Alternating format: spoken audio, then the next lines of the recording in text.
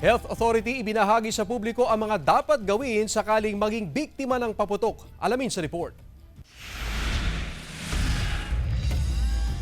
Sa pinakahuling datos ng Center for Health Development o CHD Region, umakyat na sa 14 ang firecracker-related incidents sa Region 1 mula December 21 to 23, 2024. Kumpara sa nakalipas na taon, mas mataas ito ng lampas sa 300% kung saan 3 lang mga naitala sa parehong panahon ng 2023. Kasabay ng pagtaas sa kaso ng firecracker-related incidents, ibinahagi ng pamunuan ng Region 1 Medical Center kung ano ang mga dapat gawin sakaling maging biktima ng paputok. Una rito, agad hugasan ng bahagi ng katawan na nasugatan para matanggal ang mga natirang pulbura, balutan ng gasa o malinis sa tela ang sugat. Saka isugod ang biktima sa pinakamalapit na ospital para masuri ng mga doktor.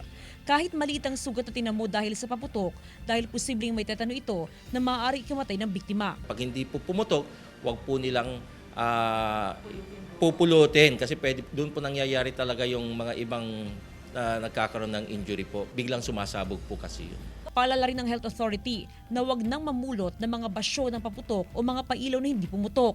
Mas makabubuti rin anyang linisin agad ang paligid at buhusan ng tubig ang mga gamit ng paputok. Mainam ding huwag nang lumabas ng bahay sa pagsalubong sa bagong taon ang mga may problema sa baga at paghinga upang di ma-expose sa polusyon.